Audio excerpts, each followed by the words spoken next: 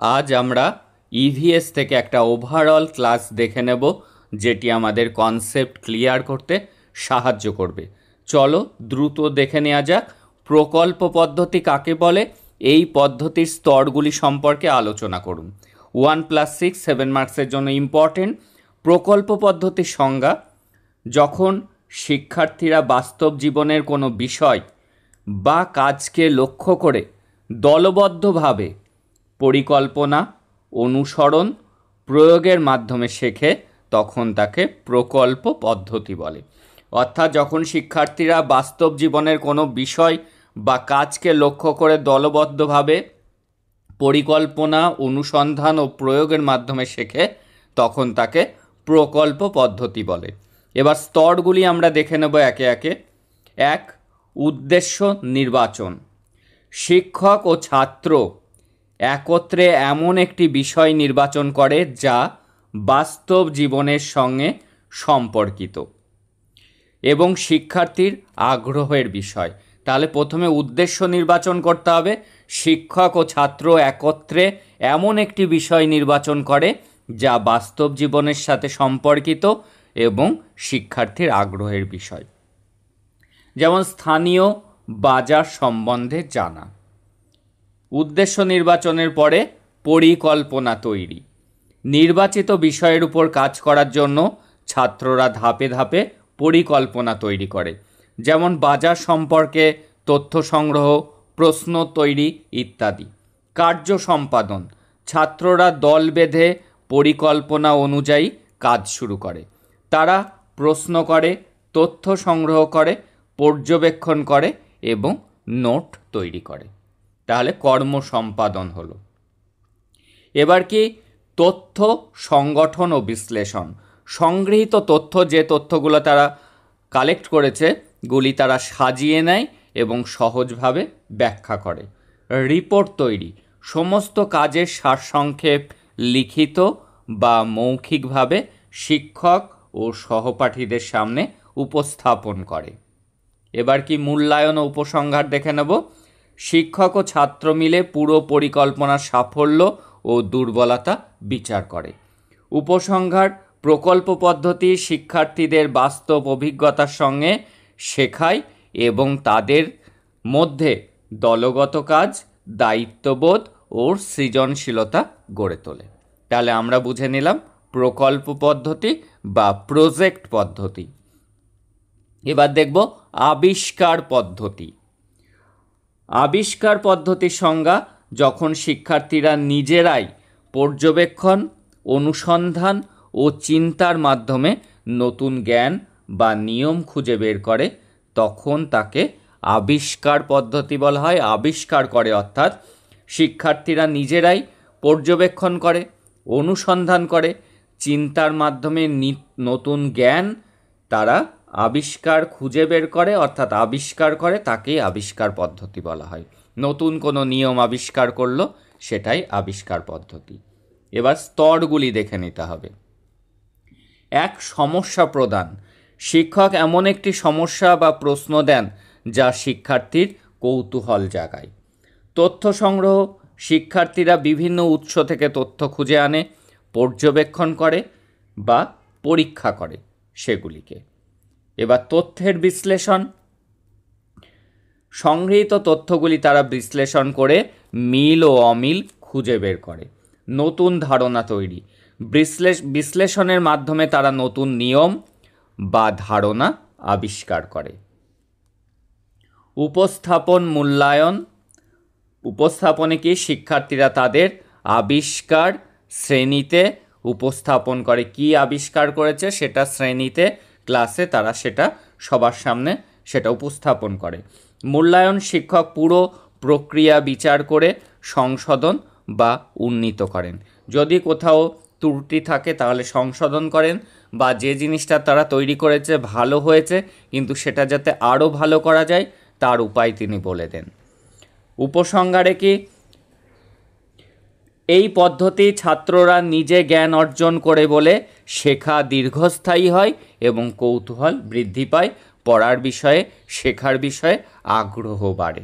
প্রত্যেকটা পদ্ধতি কিন্তু মূল কথা একই। এবার সমস্যা সমাধান পদ্ধতি কাকে বলে, এই পদ্ধতির স্তরগুলি সম্বন্ধে সংক্ষেপে লিখুন। সমস্যা সমাধান পদ্ধতি যখন শিক্ষার্থীরা কোনো সমস্যার মুখোমুখি হয়ে চিন্তা, পরীক্ষা, বিশ্লেষণের মাধ্যমে সমাধান বের করে তখন তাকে সমস্যা সমাধান পদ্ধতি বলে। এখানে কিন্তু শিক্ষার্থীরা নিজেরাই সমস্যার সমাধান খোঁজে। এই আগের 3টে পদ্ধতির ক্ষেত্রেই কিন্তু একই রকম বিষয়টি। এবার স্তরগুলি, সবার প্রথমে সমস্যা নির্বাচন করতে হবে, যেটা সমাধান খুঁজতে হবে আগে সমস্যা নির্বাচন। শিক্ষক এমন একটি সমস্যা দেন যা বাস্তব জীবনের সাথে সম্পর্কিত, ছাত্রদের আগ্রহের। সমস্যা বোঝা, এবার সমস্যাটাকে বুঝতে হবে। শিক্ষার্থীরা সমস্যা বিভিন্ন দিক দিয়ে আলোচনা করে এবং সঠিকভাবে বুঝে নেয়। কী সমস্যা সেটি বুঝে নেয়। তথ্য সংগ্রহ, সমস্যার সমাধানের জন্য প্রয়োজনীয় তথ্য তারা সংগ্রহ করে। সম্ভাব্য সমাধান খোঁজা, তারা বিভিন্ন সমাধান বের করে এবং কোনটি সঠিক হতে পারে তা চিন্তা করে। আগে প্রথমে একটি সমস্যার 2-3টি সমাধানের উপায় তারা বের করে, তারপরে কোনটা সবথেকে উপযুক্ত সেটি নিয়ে তারা ভাবতে থাকে। সমাধান প্রয়োগ, নির্বাচিত সমাধান তারা বাস্তবে প্রয়োগ করে, অর্থাৎ সেটা সঠিক হচ্ছে কিনা বাস্তবে প্রয়োগ করে দেখে। মূল্যায়ন, ফলাফল পরীক্ষা করে দেখা যায় যে সমাধানটি সঠিক হলো কিনা। উপসংহার কি, এই পদ্ধতি ছাত্ররা যৌক্তিক চিন্তাভাবনা, বিশ্লেষণ ক্ষমতা এবং বাস্তব জীবনের সমস্যা মোকাবেলা করার দক্ষতা অর্জন করে। এই পদ্ধতির মধ্যে দিয়ে শিক্ষার্থীরা কি যৌক্তিক চিন্তাভাবনা করা, বিশ্লেষণ ক্ষমতা এবং বাস্তব জীবনে সমস্যার মোকাবেলা, এই 3টে ক্ষমতা কিন্তু তাদের মধ্যে গড়ে ওঠে। এবার সক্রিয় গবেষণা। সক্রিয় গবেষণা কাকে বলে, এর সুবিধা অসুবিধা। সক্রিয় গবেষণার সংজ্ঞা, শিক্ষক নিজের শ্রেণীকক্ষ বা শিক্ষার পরিবেশের সমস্যাগুলি চিহ্নিত করে সেই সমস্যা সমাধানের জন্য পরিকল্পনা করে, পরীক্ষা চালায় এবং ফলাফল বিশ্লেষণ করে উন্নতি ঘটায়। এই প্রক্রিয়াকে সক্রিয় গবেষণা বলে। তাহলে কি সক্রিয় গবেষণা কি, শিক্ষক নিজের শ্রেণীকক্ষে বা শিক্ষার পরিবেশে সমস্যাগুলি চিহ্নিত করে, অর্থাৎ শ্রেণীকক্ষে কী সমস্যা আছে সেটা চিহ্নিত করলো, সেই সমস্যার সমাধানের জন্য একটা পরিকল্পনা করে সমস্যাটা কিভাবে সমাধান করা যায়, পরীক্ষা চালায় এবং ফলাফল বিশ্লেষণ করে তার উন্নতি ঘটায়। এই প্রক্রিয়াকেই সক্রিয় গবেষণা বলে। গবেষণা করা অর্থাৎ প্রথমে সমস্যা খোঁজা, তারপরে সেই সমস্যা সমাধানের জন্য পরিকল্পনা, পরীক্ষা করা এবং ফলাফল বিশ্লেষণ করা। এবার সুবিধা কি, 1. শিক্ষক নিজের শিক্ষণ পদ্ধতির ত্রুটি চিহ্নিত করতে পারেন। কেন এই পড়ানোটা সফল হচ্ছে না বা শিক্ষার্থীরা বুঝছে না সেটি তিনি খুঁজে বের করতে পারেন। শ্রেণীকক্ষে শিক্ষার মান উন্নত হয়, এর ফলে শ্রেণীকক্ষে যে পড়ানোর মান সেটা কিন্তু উন্নত হয়। শিক্ষার্থীদের শেখার সমস্যার সমাধান সহজ হয়, যেটি তারা শিখতে এসছে বা যে সমস্যাটা তাদের সামনে আছে সেটার সমাধান সহজ হয়। শিক্ষক নিজের অভিজ্ঞতা থেকে নতুন নতুন কৌশল তৈরি করতে পারেন। শিক্ষায় বাস্তবতা এবং কার্যকারিতাও বৃদ্ধি পায়। অসুবিধা কি রয়েছে সক্রিয় গবেষণার, সময় সাপেক্ষ প্রক্রিয়া, প্রত্যেকটা ক্ষেত্রেই তাই প্রজেক্ট পদ্ধতি আসলেও তার অসুবিধাতে একই, সময় সাপেক্ষ।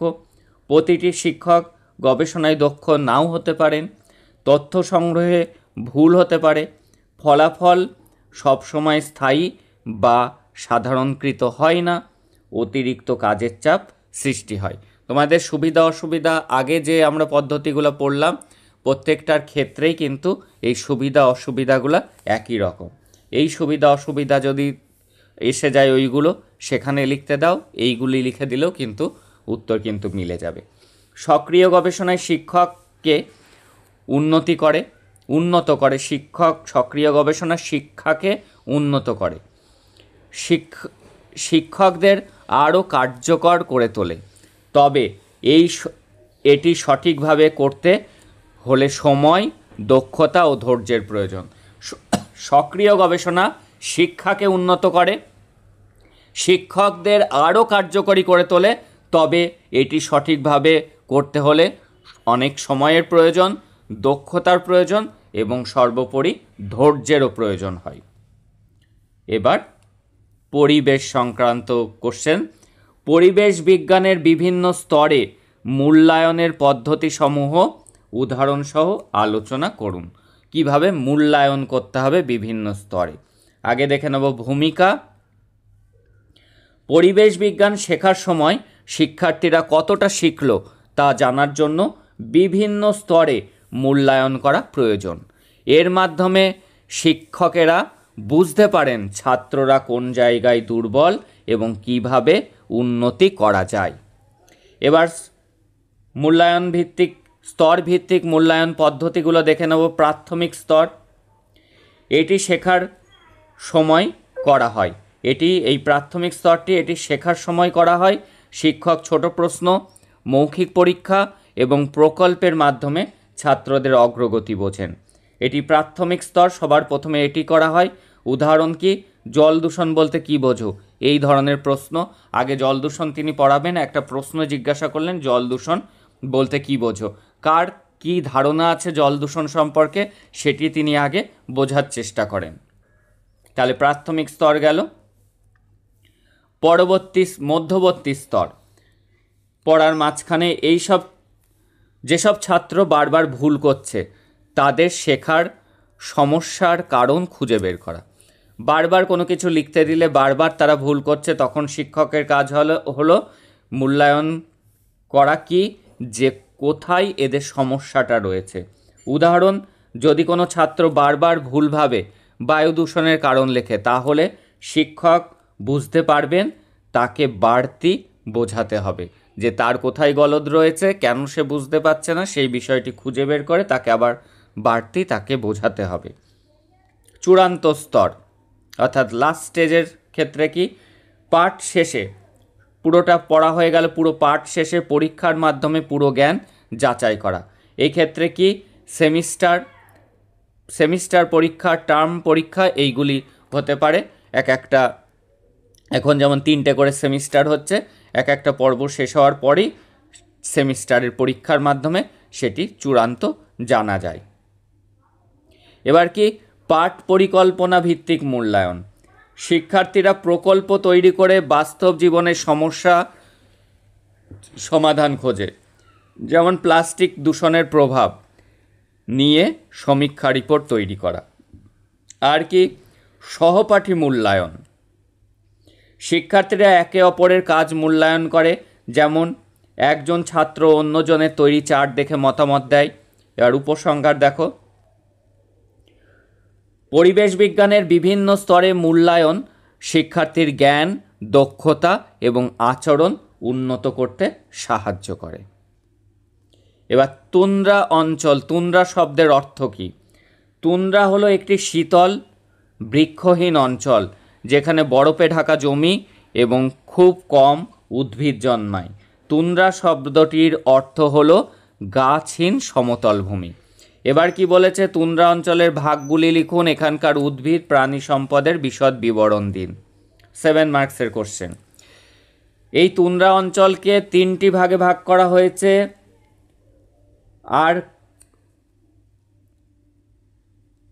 Arctic tundra. আর্কটিক তুন্দ্রাকে উত্তর মেরু অঞ্চলে পাওয়া যায়। আর আলপাইন তুন্দ্রা কি উচ্চ পার্বত্য অঞ্চলে পাওয়া যায়। তাহলে কি আর্কটিক তুন্দ্রা এটি উত্তর মেরু অঞ্চলে পাওয়া যায়, আলপাইন তুন্দ্রা এটি উচ্চ পার্বত্য অঞ্চলে পাওয়া যায়। আর কি আন্টার্কটিক তুন্দ্রা দক্ষিণ মেরুর আশেপাশে পাওয়া যায়, অর্থাৎ দেখা যায়। এইবার কি উদ্ভিদ। তুন্দ্রীয় শীত বেশি হওয়ায়, অর্থাৎ তুন্দ্রা অঞ্চলে শীত বেশি হওয়ায় বড় গাছ জন্মায় না। প্রথমত ছোট ঘাস, শ্যাওলা, লাইকেন, ছোট গুল্ম জাতীয় উদ্ভিদ জন্মায়। আর্কটিক তুন্দ্রায় বুনো ফুল, ছোট ঘাস দেখা যায়। আলপাইন তুন্দ্রায় কি হয়, ঠান্ডা সহনশীল গাছপালা দেখা যায়, অর্থাৎ যারা ঠান্ডা সহ্য করতে পারে। এবার আন্টার্কটিক তুন্দ্রায় কি, শ্যাওলা ও লাইকেন প্রধানত দেখা যায়। প্রাণীজ সম্পদের মধ্যে এবার দেখে নিতে হবে। আর্কটিক তুন্দ্রায় মেরু ভাল্লুক, আর্কটিক শিয়াল, ক্যারিবু আর রেইনডিয়ার, হরিণ, স্নো আউল এইগুলো দেখা যায়। আলপাইন তুন্দ্রায় পার্বত্য ছাগল, লামা, তুষার চিতা দেখা যায়। আর আন্টার্কটিক তুন্দ্রাতে পেঙ্গুইন, শিল, সমুদ্র পাখি দেখা যায়। উপসংহার কি, তুন্দ্রা অঞ্চল অত্যন্ত শীতল হলেও বিশেষ ধরনের উদ্ভিদ ও প্রাণী সেখানে টিকে থাকে। সবাই টিকতে পারে না, বিশেষ ধরনের কিছু উদ্ভিদ প্রাণী সেখানে থাকে। উৎপত্তি অনুসারে পৃথিবীর শিলাসমূহকে কয়টি ভাগে ভাগ করা যায়, প্রতিটি ভাগ সম্পর্কে বিস্তারিত লিখুন। দেখো, পৃথিবীর ভূত্বক বিভিন্ন ধরনের শিলা দিয়ে তৈরি। এই শিলাগুলি তাদের উৎপত্তি অনুসারে ভাগ করা হয়েছে। এবার ভাগগুলি দেখব। প্রথম ভাগ আগ্নেয় শিলা। এগুলি গলিত লাভা বা ম্যাগমা ঠান্ডা হয়ে জমাট বেঁধে তৈরি হয়। উদাহরণ ব্যাসাল্ট, গ্রানাইট, এগুলি আগ্নেয় শিলার উদাহরণ। আগ্নেয় শিলার বৈশিষ্ট্য কঠিন হবে, স্ফটিক জাতীয় হবে এবং জীবাশ্ম থাকে না। আগ্নেয় শিলায় কিন্তু কোনো ধরনের জীবাশ্ম পাওয়া যায় না। পাললিক শিলা, বালি, কাদা, চুন এবং অন্যান্য শিলার টুকরো জমে স্তরে স্তরে চাপ পড়ে তৈরি হয়। উদাহরণ বেলে পাথর, চুনা পাথর, এটা হবে স্লেট। এইগুলি হলো কি, পাললিক শিলার উদাহরণ। মূলত মনে রাখবে, বেলে পাথর আর চুনা পাথর হলো পাললিক শিলার উদাহরণ। এই স্তরযুক্ত থাকে, তাই একে স্তরীভূত বলা হয় এবং এখানে কিন্তু জীবাশ্ম পাওয়া যায়। পাললিক শিলাতেই কিন্তু জীবাশ্ম পাওয়া যায়। এবার রূপান্তরিত শিলা হলো, এই দুটো শিলারই গুণ থাকে। আগ্নেয় বা পাললিক শিলা তাপ, চাপ, রাসায়নিক পরিবর্তনের ফলে নতুন শিলায় রূপান্তরিত হয়। একেই রূপান্তরিত শিলা বলে। যেমন স্লেট, মার্বেল, নাইস, এগুলি কিন্তু রূপান্তরিত শিলা। এই শিলা কেমন হয়, কঠিন হয়, স্ফটিক জাতীয় হয় এবং চকচকে হয়। তাহলে 3 ধরনের শিলা আমরা পড়লাম। উপসংহারে আমরা লিখে দিতে পারি, আগ্নেয়, পাললিক ও রূপান্তরিত এই 3 ভাগে পৃথিবীর সব শিলা বিভক্ত করা যায়। সব শিলাকেই বিভক্ত করা যায়। এরা পৃথিবীর গঠন ও ইতিহাস জানার মূল উৎস। এইবার হলো দূষণ থেকে কোশ্চেন আসতে পারে। দেখে নেব স্থল দূষণ কাকে বলে, এর কিছু কারণ দেখে নেব। স্থল দূষণের সংজ্ঞা, যখন মানুষের কর্মকাণ্ডের ফলে মাটি বা ভূমি ক্ষতিগ্রস্ত হয় এবং তা গাছপালা, প্রাণী, মানুষের জন্য ক্ষতিকর হয়ে ওঠে, তখন তাকে স্থল দূষণ বলে। স্থল দূষণের কারণ পয়েন্ট ওয়াইজ এইভাবে লিখে দেবে। 1, প্লাস্টিক বর্জ্য। প্লাস্টিক মাটিতে জমে দীর্ঘদিন নষ্ট হয়ে যায়, মানে প্লাস্টিক মাটিতে জমে দীর্ঘদিন নষ্ট হয় না, অর্থাৎ মাটিকে নষ্ট করে কিন্তু প্লাস্টিক নষ্ট হয় না। এতে মাটি দূষণ হয়, মাটির উর্বরতা নষ্ট হয়ে যায়। এসব তোমাদের সাধারণ জ্ঞান আছে, লিখে দিতে পারবে। রাসায়নিক সার ও কীটনাশক, অতিরিক্ত সার এবং বিষাক্ত ওষুধ জমির উর্বরতা কমিয়ে দেয়। আর কি, শিল্প বর্জ্য, কারখানা থেকে আসা রাসায়নিক পদার্থ মাটিতে মিশে মাটি বিষাক্ত করে। নগর বর্জ্য, শহরের আবর্জনা খোলা জায়গায় ফেলা হয় এবং ভূমি দূষিত হয়। আর কি, বন উজাড়, অর্থাৎ জঙ্গল কেটে ফেলা, গাছ কেটে ফেলার ফলে মাটি ক্ষয়ে যায় এবং মাটির গুণাগুণ নষ্ট হয়। ভূমিক্ষয় হচ্ছে গাছ কেটে ফেলার জন্য। আর কি, খনি কার্যকলাপ, মাটি খুঁড়ে খনিজ তেল থেকে পরিবেশ নষ্ট হয়। খনিজ তোলা, অর্থাৎ মাটি খুঁড়ে খনিজ তোলার জন্য কিন্তু পরিবেশ নষ্ট হয়। এবার কি, উপসংহার, স্থল দূষণ আমাদের পরিবেশ ও স্বাস্থ্যের জন্য বড় বিপদ। এজন্য প্লাস্টিকের ব্যবহার কমানো, জৈব সার ব্যবহার এবং বর্জ্য পুনর্ব্যবহার করা খুব জরুরি। এর যদি সলিউশন আসে এই কথাগুলি লিখতে হবে। প্লাস্টিকের ব্যবহার কমাতে হবে, জৈব সার ব্যবহার করতে হবে এবং বর্জ্য পুনর্ব্যবহার, পুনরায় যাতে রিসাইকেল করতে হবে, পুনরায় ব্যবহার করা যায়। আর কি জল দূষণও ইম্পর্টেন্ট। জল দূষণ কাকে বলে, এর কারণগুলো এবার আমরা দেখব। জল দূষণ দূষণ তোমরা নিজেরাই লিখে দিতে পারবে। যখন নদী, পুকুর, হ্রদ, সাগর, ভূগর্ভস্থ জলে ময়লা, বিষাক্ত পদার্থ, রাসায়নিক বা জীবাণু মিশে জলকে নোংরা করে এবং অস্বাস্থ্যকর করে তোলে, তখন তাকে জল দূষণ বলে। এই সময় জল পান, রান্না বা অন্য কাজ করলে মানুষ বা প্রাণীর স্বাস্থ্যের ক্ষতি হয়। জল দূষণের কারণগুলো আমরা দেখে নেব। বর্জ্য, শিল্প বর্জ্য, কারখানা থেকে বের হওয়া রাসায়নিক তেল, রং, ভারী ধাতু নদী বা খালে ফেলা হয়, এগুলি জলে মিশে জল দূষণ করে। তাহলে শিল্প কারখানার বর্জ্য পদার্থ থেকে কিন্তু জল দূষণ হয় যখন সেগুলি জলে মিশে যায়। গৃহস্থালির আবর্জনা, শহর ও গ্রামের নোংরা জল, সাবান, ডিটারজেন্ট, খাবারের উচ্ছিষ্ট যদি নদী বা পুকুরে ফেলা হয় তখন জল নোংরা হয়। শহর বা গ্রামের নোংরা জল, সাবান অর্থাৎ ড্রেন দিয়ে জল এসে নদী বা খালে মিশছে, তাতে জল দূষণ হচ্ছে। সাবানের জল দূষণ হচ্ছে। ডিটারজেন্ট পাউডারে খাবারের উচ্ছিষ্ট, এগুলো নদী বা পুকুরে ফেললে জলটা দূষিত হচ্ছে। কৃষিতে যে রাসায়নিক সার বা কীটনাশক ব্যবহার করা হয় সেটিও অনেক সময় জলে গিয়ে পড়ে, তাতেও জল দূষণ হয়। খেতে বেশি পরিমাণে সার, বিষ ব্যবহার করলে বৃষ্টির জলে ধুয়ে নালায় গিয়ে নদী বা হ্রদে জমা হয়, এতে জল দূষণ হয়।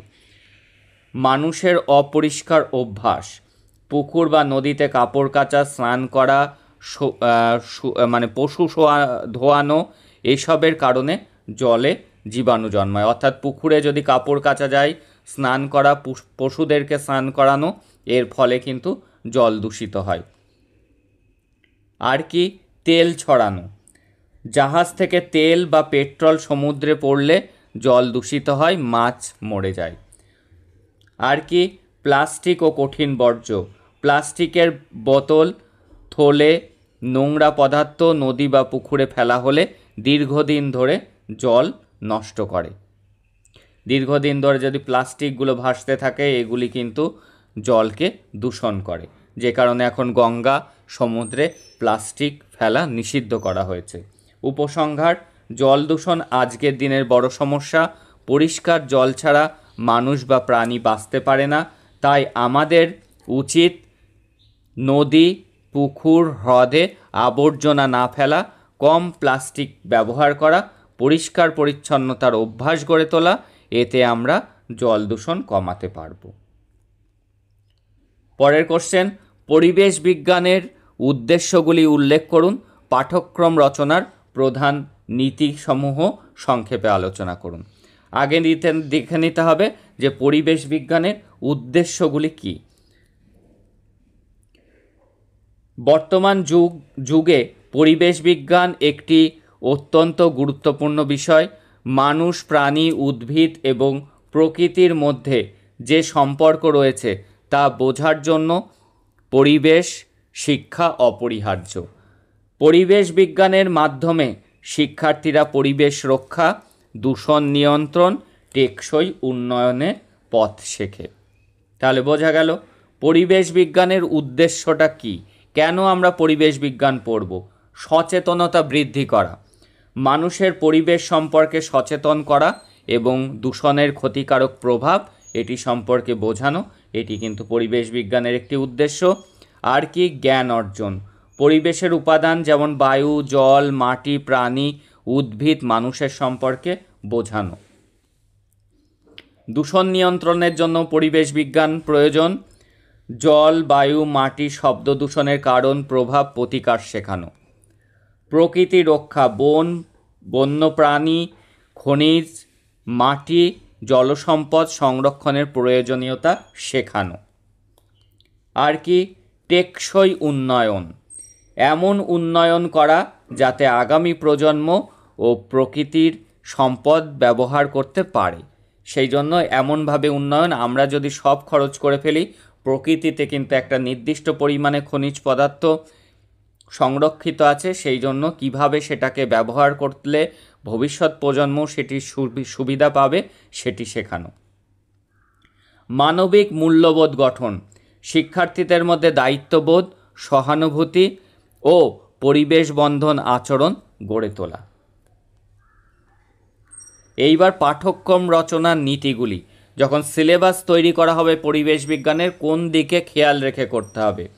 পরিবেশ বিজ্ঞানের পাঠ্যক্রম তৈরির সময় কিছু নীতি মেনে চলা প্রয়োজন। শিক্ষার্থীর বয়স ও মানসিকতা অনুযায়ী বিষয় নির্বাচন। শিশুদের জন্য সহজ উদাহরণ যেমন জলের অপচয় রোধ, আর উচ্চ শ্রেণীর জন্য জটিল বিষয় যেমন গ্লোবাল ওয়ার্মিং রাখা উচিত। তাহলে যখন সিলেবাসটি তৈরি হবে শিক্ষার্থীদের বয়স এবং মানসিকতা অনুযায়ী সেটা নির্বাচন করতে হবে। ছোট ক্লাসের বাচ্চাদের জন্য জলের অপচয় রোধ এইগুলি যেমন ইনক্লুড করতে হবে। উচ্চ শ্রেণীর একটু বড় ক্লাসের যারা, তাদের জন্য গ্লোবাল ওয়ার্মিংয়ের টপিক রাখতে হবে। কারণ একদম ছোট বাচ্চাকে গ্লোবাল ওয়ার্মিংয়ের টপিক দিলে সে কিন্তু কিছু বুঝতে পারবে না। স্থানীয় পরিবেশের সঙ্গে সম্পর্ক, পাঠ্যক্রমে স্থানীয় নদী, বন, গ্রাম, শহরের সমস্যা অন্তর্ভুক্ত করতে হবে, এতে ছাত্ররা বাস্তব অভিজ্ঞতা পায়। অভিজ্ঞতা ভিত্তিক শিক্ষা, শুধু বই পাঠ নয়, প্রকল্প, ভ্রমণ, পর্যবেক্ষণ, জিওগ্রাফিতে যেমন এডুকেশনাল ট্যুর আছে, পরীক্ষার মাধ্যমে শেখার ব্যবস্থা থাকতে হবে। আন্তঃবিষয়ক সম্পর্ক, পরিবেশ বিজ্ঞান, ভূগোল, জীববিজ্ঞান, রসায়ন, সমাজবিজ্ঞান ইত্যাদির সঙ্গে সম্পর্কিত, তাই পাঠ্যক্রম সব দিকের মিল থাকতে হবে। সামাজিক প্রয়োগের সুযোগ, শিক্ষার্থীরা যেন সমাজে গিয়ে পরিবেশ সচেতনতা ছড়াতে পারে সেই অনুযায়ী বিষয় রাখা উচিত। আর কি, টেকসই উন্নয়নের উপর জোর, পাঠ্যক্রমে সম্পদ সংরক্ষণ, নবীকরণযুক্ত শক্তি এবং দূষণমুক্ত উন্নয়ন সম্পর্কিত বিষয় রাখতে হবে। এবার উপসংহারে কি লেখা যাবে? পরিবেশ বিজ্ঞান পরিবেশ বিজ্ঞানের মূল উদ্দেশ্য হলো শিক্ষার্থীদের পরিবেশ বান্ধব দায়িত্বশীল নাগরিক হিসাবে গড়ে তোলা। তাহলে পরিবেশ বিজ্ঞানের মূল উদ্দেশ্য কি? শিক্ষার্থীদেরকে পরিবেশ বান্ধব করে তোলা, অর্থাৎ পরিবেশের প্রতি সচেতন করে তোলা, দায়িত্বশীল নাগরিক হিসাবে গড়ে তোলা। তার মধ্যে যতক্ষণ না দায়িত্ববোধ আসছে ততক্ষণ কিন্তু সে যতই বয়ে পড়ুক প্লাস্টিক কিন্তু সে ব্যবহার করবে।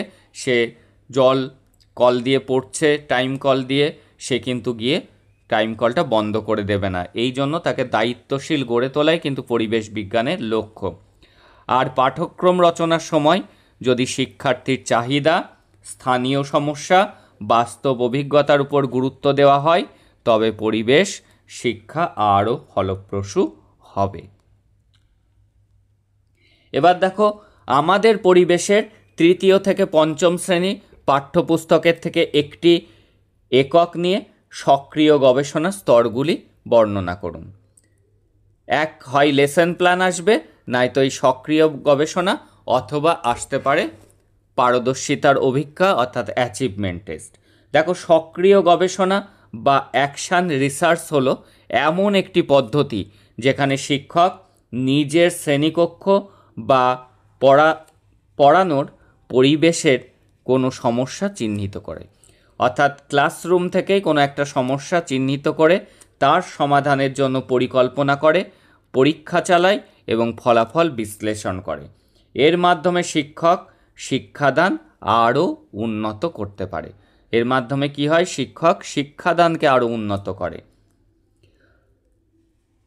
আমাদের এখানে পরিষ্কার জল ও স্বাস্থ্য, অর্থাৎ আমাদের পরিবেশের বইয়ের একটি সাধারণ একক নেওয়া হলো, নিয়ে সক্রিয় গবেষণার স্তরগুলো আলোচনা করা হলো। এবার সক্রিয় গবেষণার স্তরগুলো একে একে দেখে নেব। সমস্যা নির্বাচন। সবার প্রথমে কিন্তু কাজ সমস্যা নির্বাচন করা।